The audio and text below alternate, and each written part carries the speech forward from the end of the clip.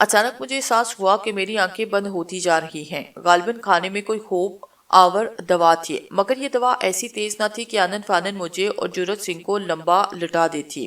یہ تو ایک سرور آمیز کیفیت تھی جو دھیرے دھیرے شدت اختیار کر رہی تھی۔ اس قید خانے سے باہر کوئی بانسری بجا رہا تھا۔ بانسری کے لے میں جزیروں کے بھیگے ہوئے جنگلوں کی خوشبو تھی اور طلسمی آنکھوں والی الر دو شیزاؤں کی ہنسی کی کھنک تھی۔ میں نے لڑکھڑاتی آواز میں جرت سنگھ سے پوچھا، کیا تمہیں بھی بے تحاشا نیند آ رہی ہے؟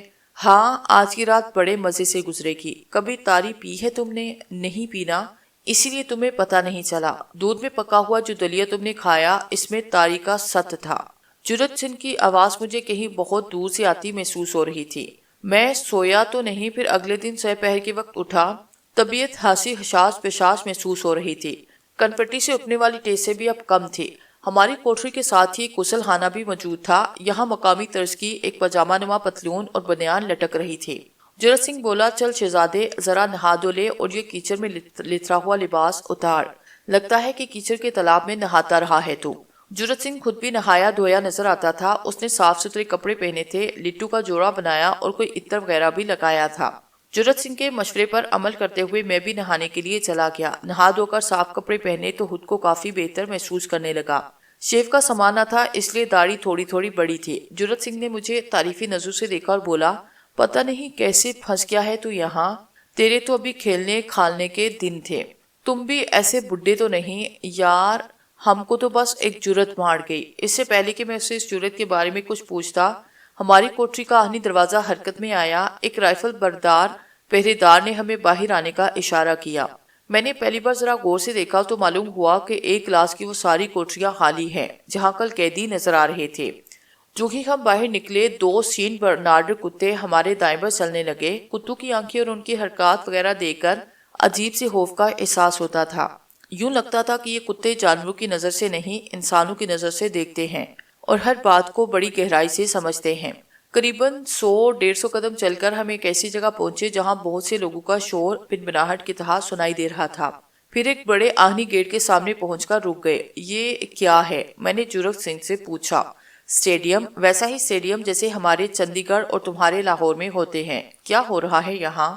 ہو نہیں رہا، ہونے والا ہے۔ تم نے کل انسانوں کی طرح باتیں کرنے والا بگیاڑ دیکھا تھا، آج اس کی خونخواری اور صفاقی دیکھو گے۔ واہگرو ہر آنکھ کو ایسے نظارے سے بچائے۔ جلد ہی ہم اس پیالہ نما اسٹیڈیم کے اندر تھے۔ اسٹیڈیم زیادہ بڑا نہ تھا، یہاں کم و بیش 3000 افراد موجود تھے۔ یہ سب کے سب مقامی تھے، ان میں سے 90% مردوں کے بال ان کے شانوں پر جھول رہے تھے۔ عقب سے پہچانا مشکل ہوتا تھا کہ عورت بیٹھی ہے یا مرد بیٹھا ہے۔ جن مردوں کے بال نہیں تھے ان کے بالکل ہی نہیں تھے، وہ سفید چٹ سروں والے تھے، ایسے تیز استرے پھیرے گئے تھے کہ کھوپڑیاں شیشے کی طرح چمک رہی تھی۔ ہمیں ایک راہداری سے گزار کر ایک بیرک نما انکوسر میں بٹھا دیا گیا۔ یہاں سامنے کی طرف آہنی سلاحیں لگی تھی اور ان سلاحوں سے باہر رکھوالی کے کتے گردش کر رہے تھے۔ سامنے ایک جگہ زرق برق لباسوں والے کچھ معززین بیٹھے تھے اور معززین بھی آ کر بیٹھ رہے تھے۔ وہ کون لوگ ہیں؟ میں نے سرگوشی میں جرت سنگھ سے پوچھا۔ جادوگر کے رشتہ دار، اس نے جواب دیا۔ کیا مطلب؟ یہ شراک کی فیملی ہے۔ یہ وہ لوگ ہیں جو اس جزیرے کی قسمت کے فیصلے کرتے ہیں۔ وہ موٹی عورت دیکھ رہی ہو جو بائیں طرف نقش و نگار والی کرسی پر بیٹھی ہے، وہ شراک کی بیوی ہے۔ اس کا نام کاروبا ہے۔ کاروبا کی حیثیت یہاں وہی ہے جو کسی ملک میں ملکہ کی ہوتی ہے۔ اور وہ دیکھ وہ لڑکی جو پچھلی قطار میں بیٹھی ہے، یہ شراک کی محبوبہ ہے۔ شراک اس پر 1000 جان سے مرتا ہے، اس سے شادی کرنا چاہتا ہے، مگر یہاں کا حاکم اور مختار کل ہونے کے باوجود وہ مجبور ہے۔ ملکہ کی رضامندی کے بغیر وہ اس سے شادی نہیں کر سکتا۔ اس شادی کے لیے ملکہ کو رضامند ہونا ہوگا یا پھر قدرتی موت مرنا ہوگا۔ اگر ملکہ کی رضامندی کے بغیر یا اس کے مرنے سے پہلے شراک اپنی محبوبہ سے شادی رچائے گا تو اسے ایک بہت بڑی قیمت چکانا ہوگی۔ اسے اپنی مہان شکتی سے ہاتھ دھونا پڑیں گے جو اس کی حکمرانی کا اصل ستون ہے۔ یہ مہان شکتی وہی ہے جس کا ذکر میں نے کل تم سے کیا تھا۔ شراک کی وہ عجوبہ روزگار شخصیت جاتی رہے گی جس کے ذریعے وہ حیوانات کو اپنی عطائیت پر مجبور کر دیتا ہے۔ پتہ ہے کہ شراک کو یہ وارننگ کس کی طرف سے ملی ہوئی ہے؟ یہ جرت سنگھ کا سوال سن رہا تھا۔ اس کی ساری باتیں بھی میں نے سنی تھی، مگر میری قوت گویائی سلب ہو چکی تھی۔ میری پتھرائی ہوئی آنکھیں ایک خاص سمت میں لگی ہوئی تھی اور کائنات کی گردش میرے لیے جیسے تھم چکی تھی۔ میں اس لڑکی کو دیکھ رہا تھا جسے جرت سنگھ نے شراک کی محبوبہ بتایا تھا۔ اس لڑکی سے میرا فاصلہ کافی زیادہ تھا۔ میں اس کی حد و خال ٹھیک طور پر نہیں دیکھ پا رہا تھا، مگر اس کا سراپا اور اس کا مجموعی کلیہ تو میری نگاہ میں تھا۔ میرے دل کے اندر سینکڑوں نکارے بجنا شروع ہو گئے۔ ہر نکارے سے ایک ہی آواز آ رہی تھی، آرزو۔ بے شک وہ آرزو تھی، وہ خیزہ کن حسن، وہ بیٹھنے کا انداز، وہ رنگت، وہ سراپا کسی اور کا ہو نہیں سکتا تھا۔ میں نیند میں چلنے والے کسی معمول کی طرح اپنی جگہ سے اٹھا اور آنی سلاخوں کی طرف بڑھا۔ اتفاقاً عین اس وقت ایک اور قیدی کو انگلوسر میں داخل ہونے کے لیے دروازہ کھولا گیا۔ میں پہرے دار کو دھکیلتا ہوا باہر نکلا اور اس سمت بڑھتا چلا گیا جدھر وہ لڑکی بیٹھی تھی جس پر مجھے آرزو کا شبہ ہو رہا تھا۔ پہرے دار میرے پیچھے لپکا، وہ مجھے روکنے کی کوشش کرتا رہا، پھر اس نے باقاعدہ مجھے پکڑا۔ مجھ پر تو ایک بے ساختہ سی طاری تھی، ایک جنون سا تھا جو مجھے کشا کشا اس لڑکی کی طرف لیے جا رہا تھا۔ میں نے پوری قوت سے پہرے دار کو جھٹک دیا، وہ لڑکھڑاتا ہوا ایک آہنی جنگلے سے جا ٹکرایا۔ میں جو آگے بڑھ رہا تھا مجھے یقین ہوتا چلا جا رہا تھا کہ جس چہرے کی طرف میں بڑھ رہا ہوں وہ میری آرزو کا چہرہ ہے۔ حد و خال واضح ہوتے جا رہے تھے۔ ایک دو تین پہرے دار مجھ سے لپٹے۔ اس وقت میری حالت بیان سے باہر تھی۔ پہرے دار 10-20 بھی تھے تو شاید مجھے روک نہ سکتے۔ مجھے سب کچھ بھول گیا تھا، مسلطیں ذہن سے نکل گئی تھی۔ بس یہ بات یاد رکھی، مجھے آرزو تک پہنچنا ہے، اسے قریب سے دیکھ کر یقین کرنا ہے کہ وہ میری آرزو ہی ہے، پھر اسے آواز دینی ہے، اپنی طرف متوجہ کرنا ہے۔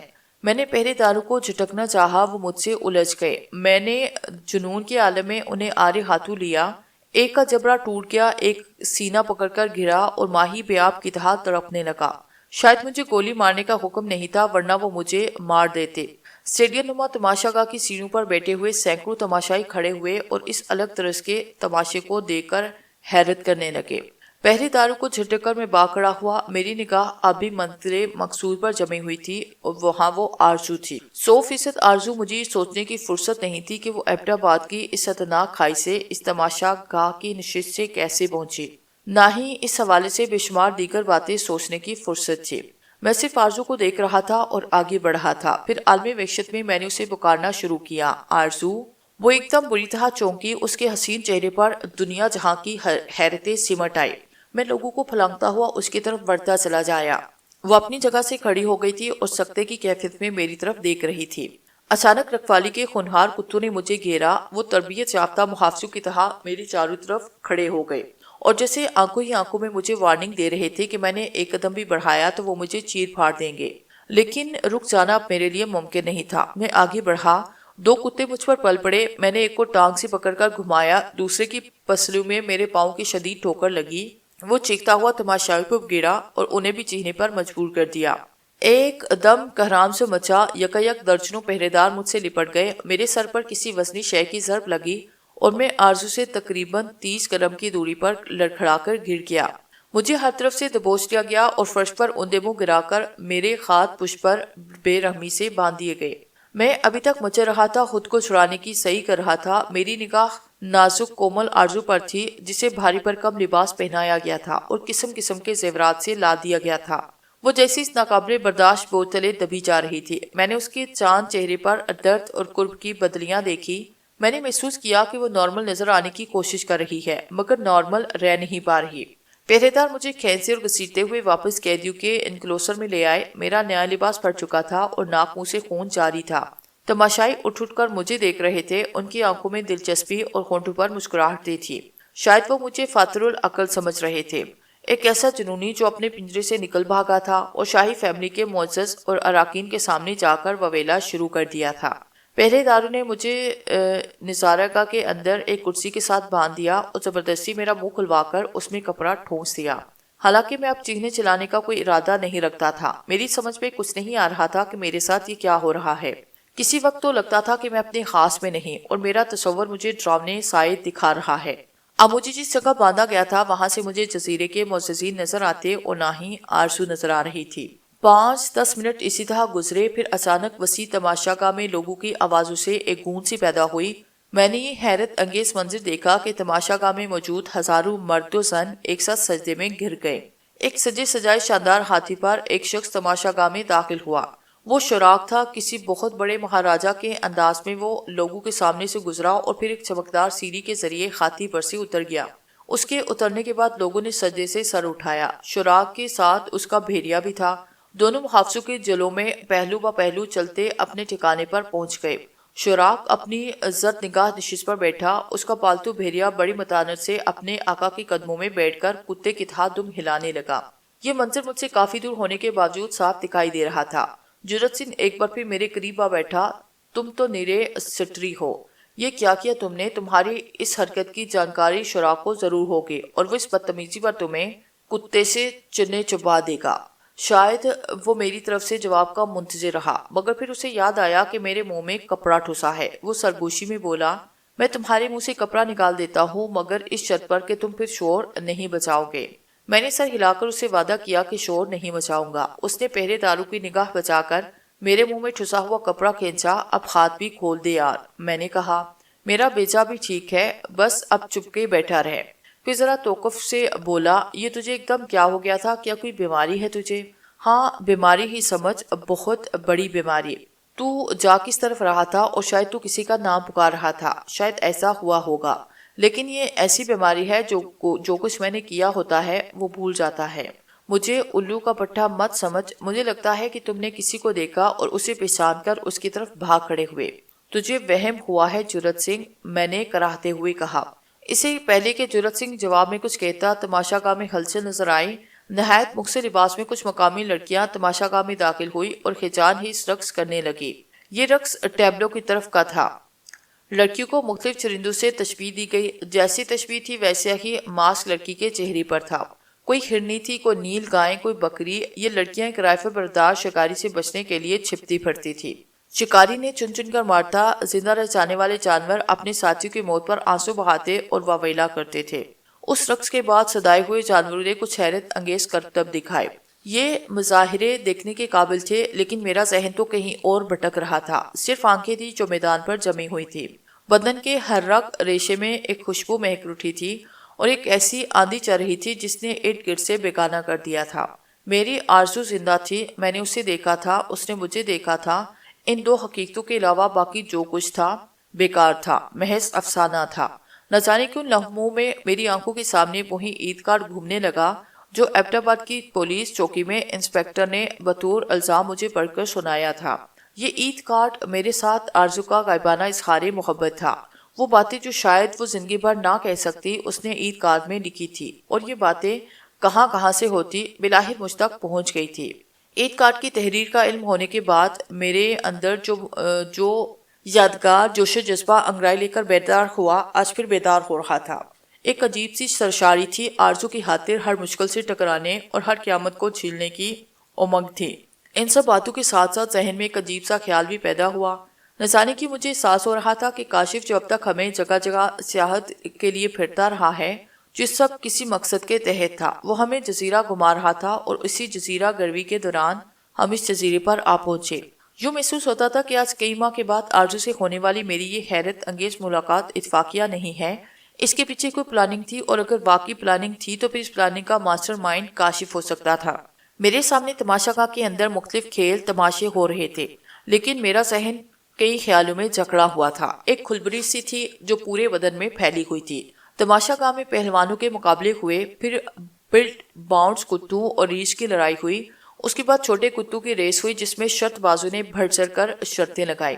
اس کے بعد اس تماشے کا کلائمیکس آیا۔ پورے اسٹیڈیم میں اس خاص تماشے کا دھڑکتے دل کے ساتھ انتظار ہونے لگا۔ ہر آنکھ مجسم انتظار بن گئی۔ اسٹیڈیم کے ایک طرف 40-50 فٹ چوڑی اور 15 فٹ اونچی ایک پتھریلی دیوار تھی۔ اس دیوار میں لوہے کے 4 دروازے ساتھ ساتھ لگے ہوئے تھے۔ یہ دروازے تماشا گاہ کے اندرونی حصے میں کھلتے تھے، جس کی چاروں طرف لوہے کا ناقابل عبور جنگلہ لگا تھا۔ اس کی اونچائی بھی 15 فٹ کے لگ بھگ تھی۔ جنگلے کے بلائی کنارے پر لوگ دھار جھارے تھے۔ وہ دیکھو وہ کون لوگ ہیں؟ جرت سنگھ نے ایک طرف اشارہ کرتے ہوئے روشنی میں کہا۔ میں نے دیکھا اور حیران رہ گیا۔ جنگلے سے باہر 10-15 نشستیں موجود تھی، اور نشستوں پر وہی قیدی بیٹھے تھے جنہیں میں نے کل ایک کلاس کوٹشو میں دیکھا تھا۔ ان قیدیوں کے گرد رکھوالی کے کتے چوکس ہو کر منڈلا رہے تھے۔ اس کے علاوہ رائفل بردار محافظ بھی تھے۔ قیدیوں کا رخ دوسری طرف تھا، پھر بھی ان کی حرکات و سکنات سے اندازہ ہوتا تھا کہ وہ بے حد پریشان اور خوفزدہ بیٹھے ہیں۔ یہ سب کیا ہو رہا ہے؟ میں نے جرت سنگھ سے پوچھا۔ بس دیکھتے جاؤ، اس نے لرزا لہجے میں کہا۔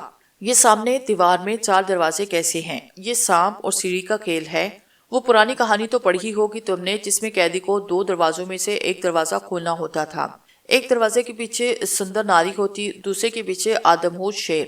سمجھو کہ آج تم اس کہانی سے ملتا جلتا ایک منظر اس تماشا گاہ میں دیکھو گے، بلکہ یہ منظر اس سے بھی زیادہ خوفناک ہوگا۔ تمہارا مطلب ہے کہ ان قیدیوں کو یہ دروازے کھولنے کے لیے کہا جائے گا؟ ہاں، باری باری ایک ایک قیدی جائے گا، لیکن یہ تو 4 دروازے ہیں، یہ بھی شرح کی صفا کی ہے۔ اس نے موت کے لیے کم اور زندگی کے لیے زیادہ چانس رکھا ہے۔ وہ نہیں چاہتا کہ سارے قیدی آج ہی غلط دروازے کھول کر اپنا کام تمام کروا لیں۔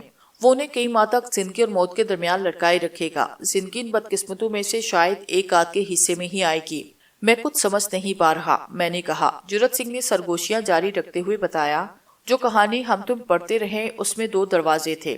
زندگی اور موت کا چانس آدھا آدھا تھا۔ اس تماشے میں 4 دروازے ہیں، 3 زندگی کے اور 1 موت کا، لیکن قیدی کی جان ایک ہی آزمائش کے بعد چھوٹ نہیں جائے گی۔ یہ تماشا ہر ماہ انہی تاریخوں میں باقاعدگی سے ہوتا ہے۔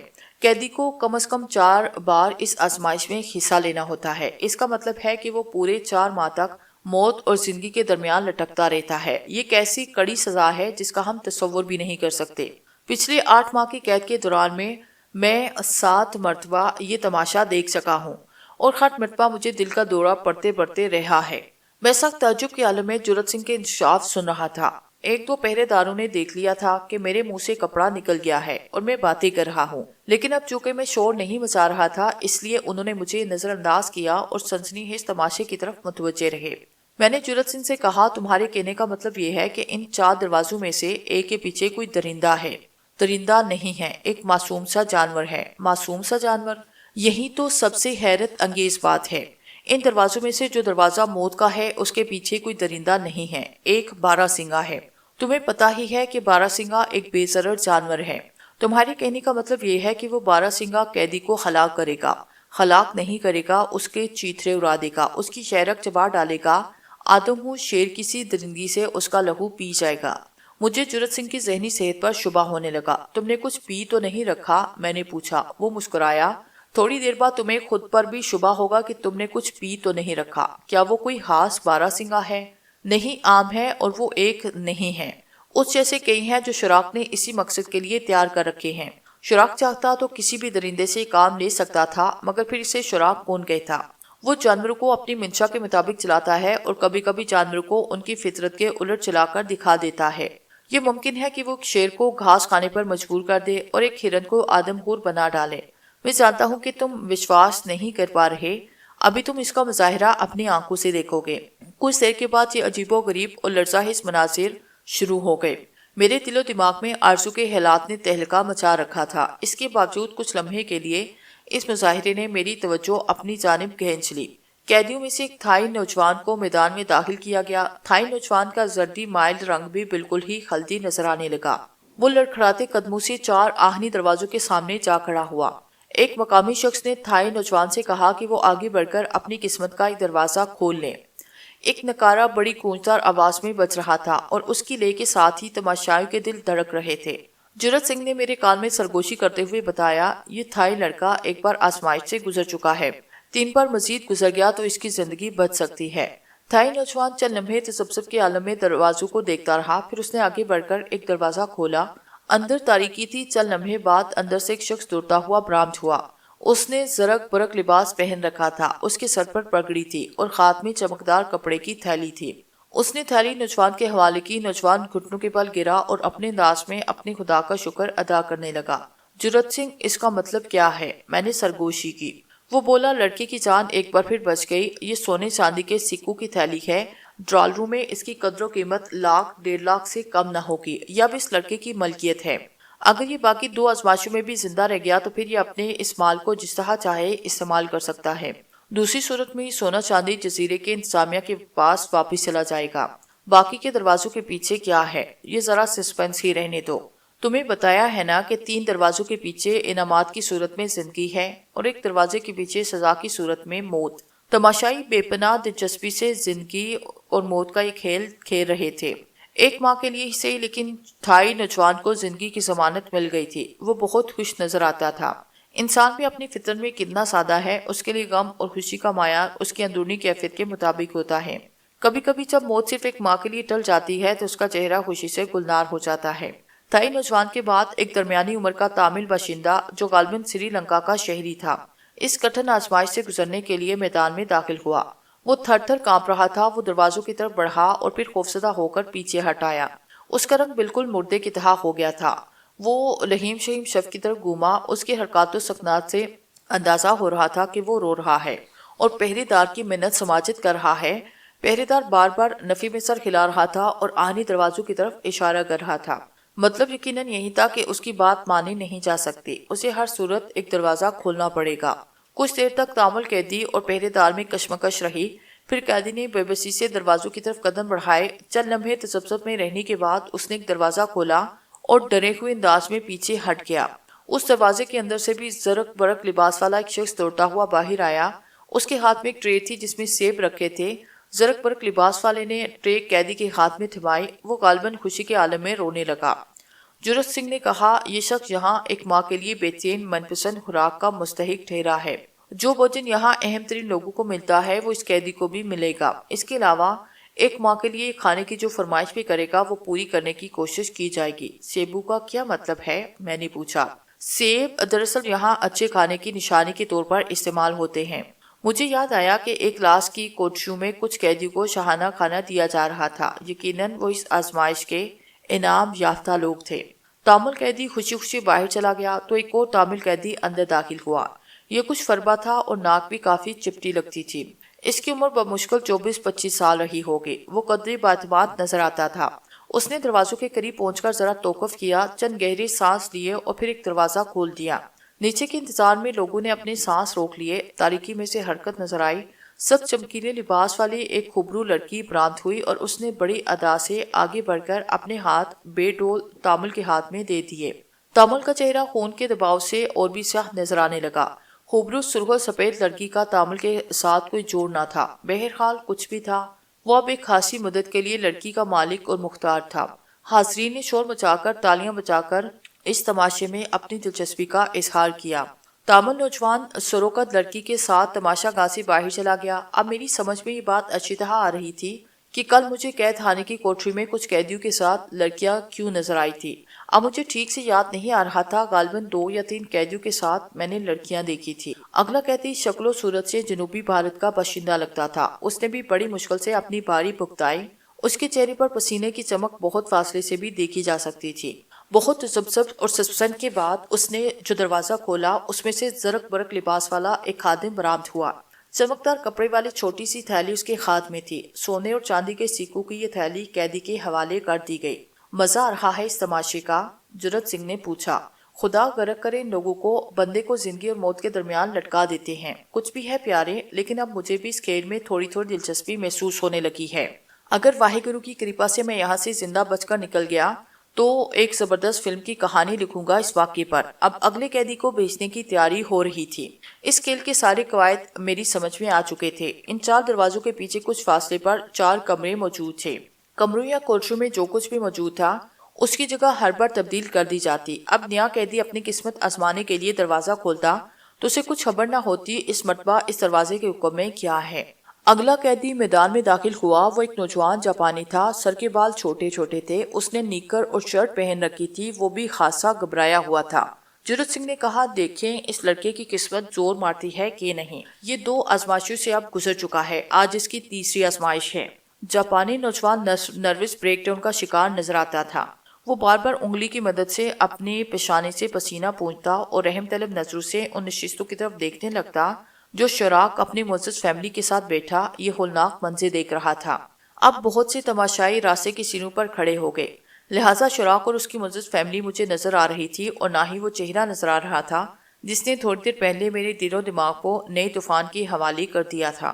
جاپانی نوجوان نے دروازوں کے قریب پہنچ کر بے دہانی کے ساتھ دائیں بائیں دیکھا، پھر دعائیہ انداز میں آسمان کی طرف دیکھ کر ہاتھ باندھے کچھ پڑھا۔ اس کے بعد آگے بڑھ کر اس نے ایک دروازہ کھولا۔ نگاہیں ساکت، لوگوں نے سانس تک روک رکھے تھے۔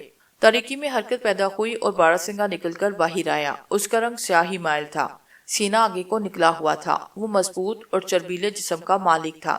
تماشائیوں میں ایک شور بلند ہوا، کچھ چیخیں بھی سنائی دی۔ ان چیخوں میں خوف آمیز دلچسپی کی جھلک تھی۔ باراسنگوں کو دیکھتے ہی جاپانی کو اپنی موت نظر آ گئی تھی۔ وہ دہشت زدہ انداز میں کئی قدم پیچھے ہٹا، مگر وہ پیچھے نہیں جا سکتا تھا۔ پیچھے 15 فٹ اونچا آہنی جنگلہ تھا جس پر نوک دھار برچھیاں لگی ہوئی تھی، اور پھر میری نگاہوں نے ایک حیرتناک منظر دیکھا۔ باراسنگھا بین کسی درندے کی طرح بدقسمت نوجوان کی طرف بڑھا۔ اس نے حلق سے ایک بھاری بھرکم ناقابل فہم آواز نکالی اور نوجوان پر جھپٹا۔ جان بچانے کے فطری عمل کے تحت نوجوان نے دوڑ لگائی، مگر باراسنگھے کی رفتار اس سے کہیں تیز تھی۔ اس نے بھاگتے نوجوان کے سینگوں کی مدد سے دھکیلا اور وہ دور تک لڑکھڑاتا چلا گیا۔ اس کے حلق سے ڈری ڈری چیخیں بلند ہوئی۔ اگلے ہی لمحے بپھڑا ہوا جانور اس کی سر پر تھا۔ اس سے اگلا منظر ناقابل یقین تھا۔ باراسنگھے نے کسی گوشت خور درندے کی طرح نوجوان کی گردن پر حملہ کیا۔ عقب سے اس کی گردن کا گوشت دانتوں سے ادیر کر رکھا۔ نوجوان اٹھ کر پھر بولا۔ اس مرتبہ باراسنگھے نے اس کی ٹانگ پر منہ مارا اور گرا دیا۔ جاپانی نوجوان صحت مند جسم کا مالک تھا۔ اس نے جان بچانے کے لیے بہت زور مارا اور ایک بار پھر درندہ صرف سنگے کے نیچے سے نکل گیا۔ اس کے کپڑے پھٹ گئے تھے، جسم لہو لہان ہو گیا تھا۔ تماشائی بڑے جوش و خروش کے عالم میں یہ خوفناک کشمکش دیکھ رہے تھے۔ ان کی نگاہ بے رحم تھی اور دل پتھر کے ہو چکے تھے۔ نوجوان نے دوسری مرتبہ خود کو آزاد کرایا تو سیدھا جنگلے کی طرف آیا اور اس پر چڑھنے کی کوشش کرنے لگا۔ اس وقت مجھے معلوم ہوا کہ اس 15 فٹ اونچے جنگلے کے وسط میں ایک اور رکاوٹ موجود ہے۔ قریباً 7 فٹ کی بلندی پر نوکدار برچھوں کی اور قطار بھی موجود تھی۔ یہ برچھیاں اندر کی طرف بڑھی ہوئی تھی اور ان سے آگے قیدی کے لیے ممکن نہیں تھا۔ وہ جان بچانے کی خاطر آخری حد تک گیا اور برچھوں کو کراس کر کے لٹک گیا۔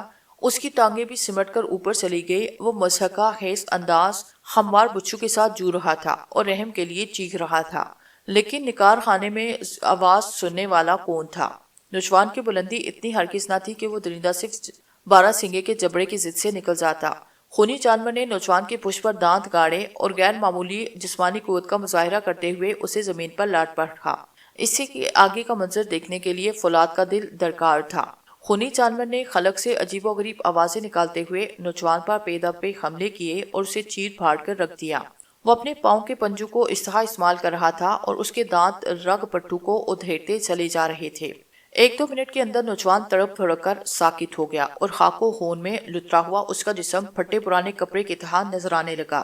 باراسنگھے کی وحشت کا یہ عالم تھا کہ وہ بین کسی درندے کی طرح مردہ نوجوان کی گردن کو جھنجھوڑتا اور چباتا چلا جا رہا تھا۔ اس کی تھوتنی خون سے سرخ تھی اور دم افقی رخ پر بالکل سیدھی نظر آ رہی تھی۔ وہ لمبا ترنگا پہرے دار بھی جنگلے کے اندر ہی موجود تھا۔ اس کے ہاتھ میں رائفل تھی اور وہ خونی جانور کی طرف سے چوکس نظر آتا تھا۔ 2-4 منٹ بعد خونی جانور کٹی پٹی لاش کو گردن سے پکڑ کر گھسیٹتا ہوا کھلے ہوئے آہنی دروازے کے اندر گم ہو گیا۔ پہرے دار نے دروازہ باہر سے بند کر دیا۔ اب وشواس ہوا میری بات پر؟ جرت سنگھ نے پوچھا۔ تم نے اسے جادو نگری کہا تھا، شاید ٹھیک ہی کہا تھا۔ 3 دن پہلے ایسا انوکھا منظر دیکھ چکا ہوں۔ مجھ پر اور میرے ساتھیوں پر ایسے پرندوں نے خطرناک حملہ کیا جو ہرگز انسانوں پر حملہ نہیں کرتے۔ جانتے ہو وہ پرندے کون تھے؟ ویسے ہی کوے جیسے میں ان سامنے کے درختوں پر بیٹھے ہیں۔ میں نے اس کی طرف اشارہ کیا۔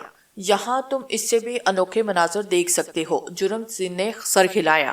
اور اس ساری طلسم کاری کا مرکزی کردار یہی شوارک ہے۔ کہا جاتا ہے کہ اسے یہ طاقت اس جزیرے کے بزرگ ترین باشندے عباد سے حاصل ہوئی تھی۔ عباد کی عمر اس کی موت کے وقت 120 سال بتائی جاتی تھی۔ عباد کے پاس کچھ اسرار صلاحیتیں تھیں۔ ان میں سے سب سے اہم صلاحیت جانوروں سے اس کا ذہنی رابطہ تھا۔ وہ جانوروں کو اپنی منشا کے مطابق چلانے کا ہنر جانتا تھا۔ اس جزیرے کے باشیوں نے بے شمار مرتبہ دیکھا تھا کہ بوڑھے عباد کے اشارے پر بہت سے جانور جنگل اور پانی سے نکل کر اس کے روبرو آ جاتے تھے، مگر عباد گوشہ نشینی کی زندگی اختیار کر چکا تھا۔ اس کے علاوہ اسے اپنی یہ شکتی دکھانے کا زیادہ شوق بھی نہیں تھا، مگر پھر ایک وقت آیا کہ اسے اپنی یہ مہان شکتی دکھانا پڑی۔ اس نے اپنی یہ مہان شکتی شراک کی مدد سے دکھائی، اور یہی وہ دن تھا جب شراک، جو ایک عام شخص تھا، اس جزیرے کا حکمران بنا۔ تمہارا مطلب ہے کہ شراک کو یہ پراساس صلاحیت اس معمر شخص کی طرف سے حاصل ہوئی ہے؟ ہاں، لیکن یہ صلاحیت یا شکتی کچھ شرطوں کے ساتھ شراک کو ملی تھی۔ اگر وہ ان شرطوں کی خلاف ورزی کرے گا تو یہ شکتی اس سے چھن جائے گی، اور یہی شکتی شراک کی حکمرانی کی اصل وجہ ہے۔ ورنہ جزیرے کے عام لوگ شراک کو کچھ زیادہ پسند نہیں کرتے۔ تم ایک پڑھے لکھے شخص ہو جرات سنگھ، تمہارا کیا خیال ہے؟ یہ شکتی سمریمس ہے یا ہپٹازم کی کوئی شکل ہے؟ یہی کھوجنے کے لیے تو میں یہاں پہنچا تھا سجن پیارے، جرت سنگھ نے ایک کاف بڑھتے ہوئے کہا۔ یہ ایک لمبی کہانی ہے، پھر کسی وقت سناؤں گا، ابھی تم تماشا دیکھو۔ اس دوران میں ایک گھڑیال زور زور سے بجنے لگا۔ جورت سنگھ چونکا، جم کر بیٹھے ہوئے تماشائی بھی اپنی جگہ سے حرکت میں آئے اور ادھر ادھر گھومنے لگے۔ یہ کیا چکر ہے؟ میں نے پوچھا۔ وہ بولا، جیسے ہمارے ہاں فلم کے دوران میں ہاف ٹائم ہوتا ہے، یہ بھی ہاف ٹائم ہے، 20-30 منٹ کا وقفہ ہوگا۔ میرا دماغ گھڑ دوڑ کا میدان بنا ہوا تھا۔ واقعات اتنی صورت سے رونما ہو رہے تھے کہ دماغ چٹک کے رہ گیا تھا۔ میری نگاہوں میں ابھی تک آرزو کی شکل گھوم رہی تھی، بھاری بھرکم کامدار لباس اور جراؤ زیورات سے لدی پھندی، وہ جیسے ایک بھاری بھرکم بوجھ تلے کرا رہی تھی۔ میں سوچ رہا تھا کہ میں نے جاگتی آنکھوں سے کوئی خواب تو نہیں دیکھا۔ میں نے آنکھیں بند کی اور اپنے ہوش و حواس کو ٹھکانے لگانے کی کوشش کرنے لگا۔ اچانک جورت سنگھ کی آواز نے مجھے چونکا دیا۔ وہ بولا، اچھا، اس ہاف ٹائم کی مہلت سے فائدہ اٹھاتے ہیں۔ میں تمہیں مختصر بتاتا ہوں کہ میں یہاں کیسے پہنچا۔ دراصل 9-10 مہینے پہلے میری نظر سے ایک امریکن رسالے کا آرٹیکل گزرا۔ اس آرٹیکلز میں جیمز ٹی، ایک جہاز راں نے سری لنکا کے نواحی سمندر کا احوال بڑی تفصیل سے بیان کیا تھا اور ایک ایسی جزیرے کا ذکر بھی کیا تھا جس پر آج تک بہت کم لوگ پہنچے ہیں۔